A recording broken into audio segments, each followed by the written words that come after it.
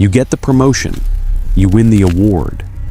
Everyone thinks you're brilliant, but you have a secret, gnawing feeling that you're a fraud and you're about to be found out. You look at the evidence, the diploma, the successful projects, the accolades, and your brain immediately files them under luck, timing, or mistake. This is not humility. It's a persistent, documented cognitive distortion known as imposter syndrome. It's the silent psychological paradox where a high-achieving individual is fundamentally unable to internalize their success. It was first described in 1978 by clinical psychologists Dr. Pauline Clance and Dr. Suzanne Imes. Their original research focused on high-achieving women, but subsequent decades of study have revealed its omnipresence across every demographic, profession, and gender. Why do high achievers, in particular, feel this?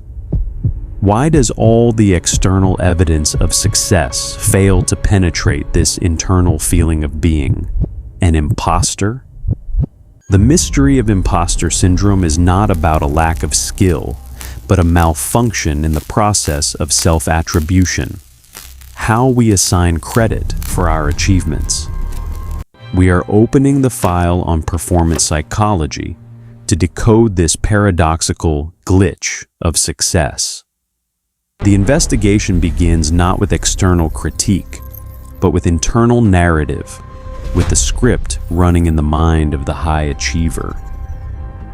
We must first understand the fundamental mechanism that creates the perfect psychological prison.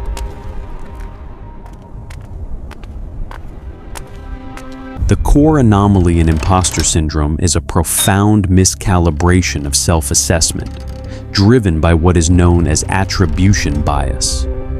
When a non-imposter succeeds, they attribute the success to internal, stable factors.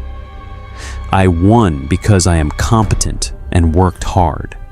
But for the individual caught in the syndrome, the exact opposite occurs.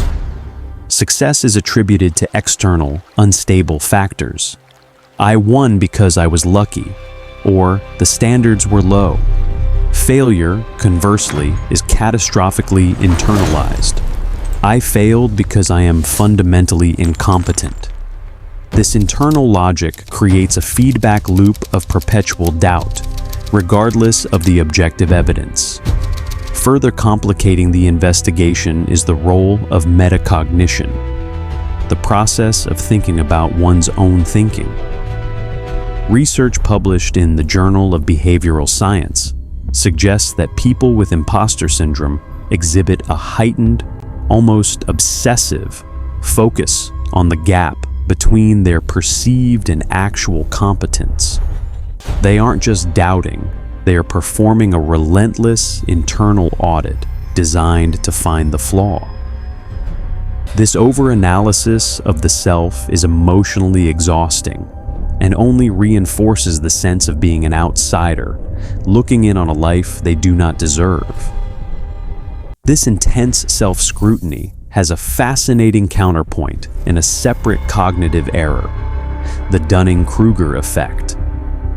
The classic Dunning-Kruger phenomenon states that the unskilled are often unaware of their incompetence because they lack the metacognitive ability to judge themselves accurately. They are too confident. The imposter syndrome operates in its shadow, an inverted reflection.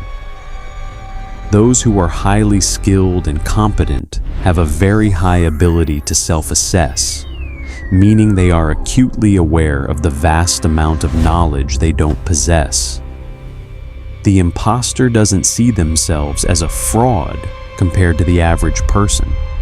They compare themselves to an unattainable, fictionalized version of a perfect expert.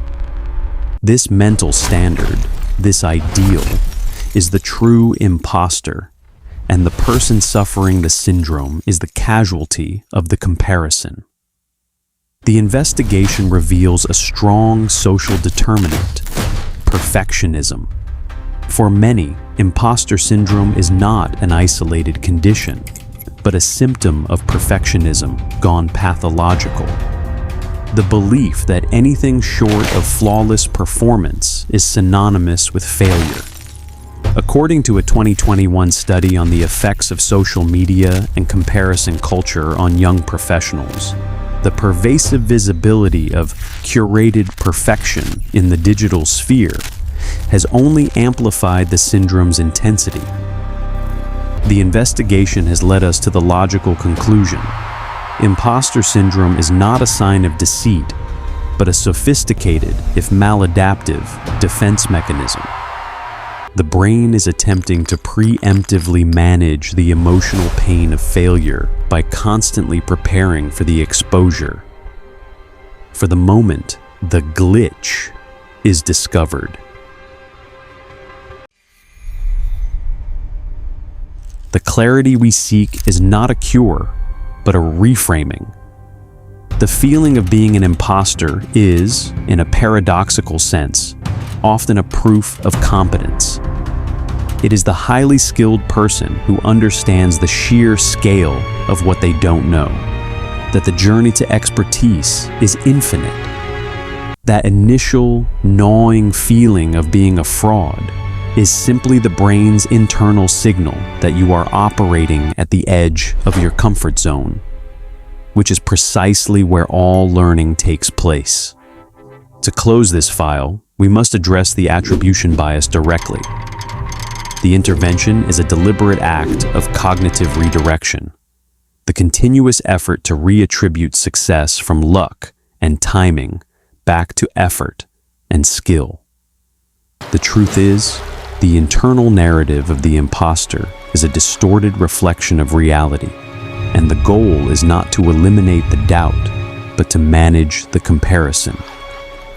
You are not a fraud. You are simply a skilled professional, acutely aware of the necessary gaps in your knowledge. And that awareness is what separates the true expert from the merely confident.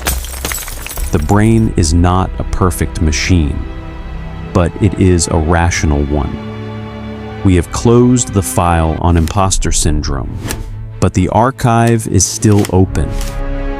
There are countless mind glitches left to decode. Comment below with the phenomenon you want us to investigate next. Subscribe and help us build the archive.